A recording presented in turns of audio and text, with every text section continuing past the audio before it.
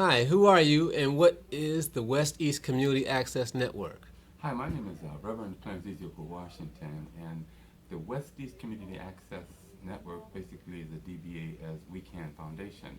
We're a nonprofit company that was established in 1995 to deal with the digital divide, providing technology within the community, and we move forward to enhancing that by providing additional education, uh, dealing with literacy, and also math, part of STEM. That's our purpose, our goal, and our mission is to fill that particular gap. That was our purpose, our mission, our passion, and our design back in '95. So, what is so special about We Can, and why should the viewer get involved or give you any of their time, interest, or money?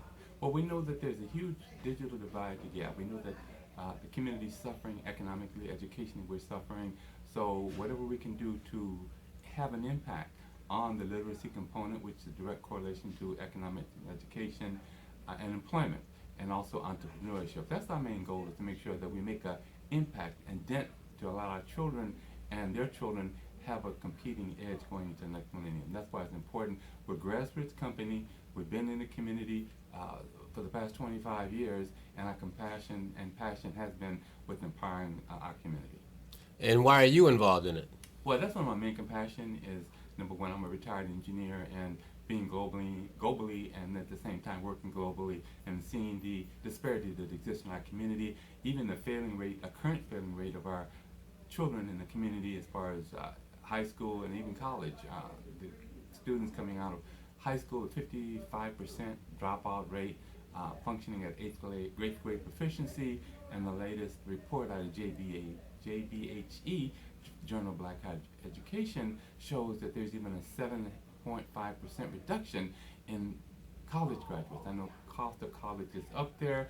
At the same time, we're trying to use our technology, use our intellectual capabilities to make a dent in that process. That's why it's critical for us to engage in this process. What about technical advancement in the communities of color in California? What's the state of education and technical advancement here? Well, we're so far behind the gap. California ranks 47th. We used to be number 3. We have one of the seventh largest state in terms of dropout rate.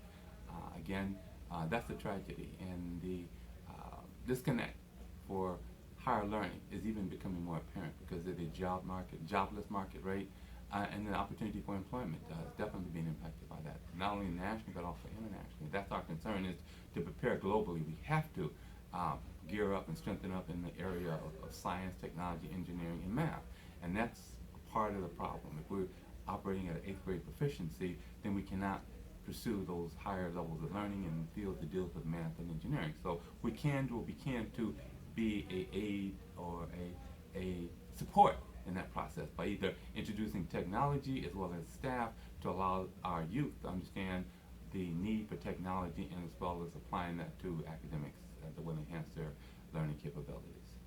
What do you hope to accomplish with the Indiegogo campaign?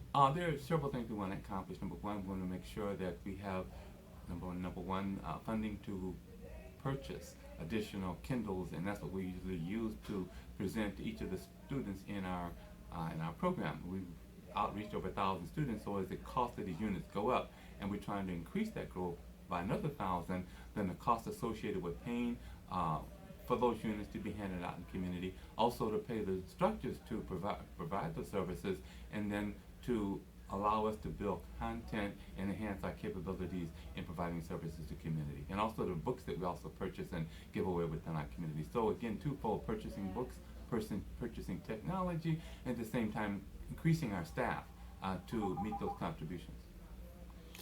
Wow. Well, that sounds like a lot. What is the We Can Foundation going to do with additional funds raised? I mean, what are your plans for the future? We actually have building a TV platform. We have a TV channel, We Can TV channel, that we're actually using, trying to create our own independent TV channel to help empower our community. Great. How can a viewer get more information about We Can? They can either go to twitter.com/support We Can, or contact us on email, which is actually wecanwin888 at yahoo.com. Thank you. And they also can contact us on our direct telephone number, which is our area code 323-293-9845. Thank you for your time and appreciate your support.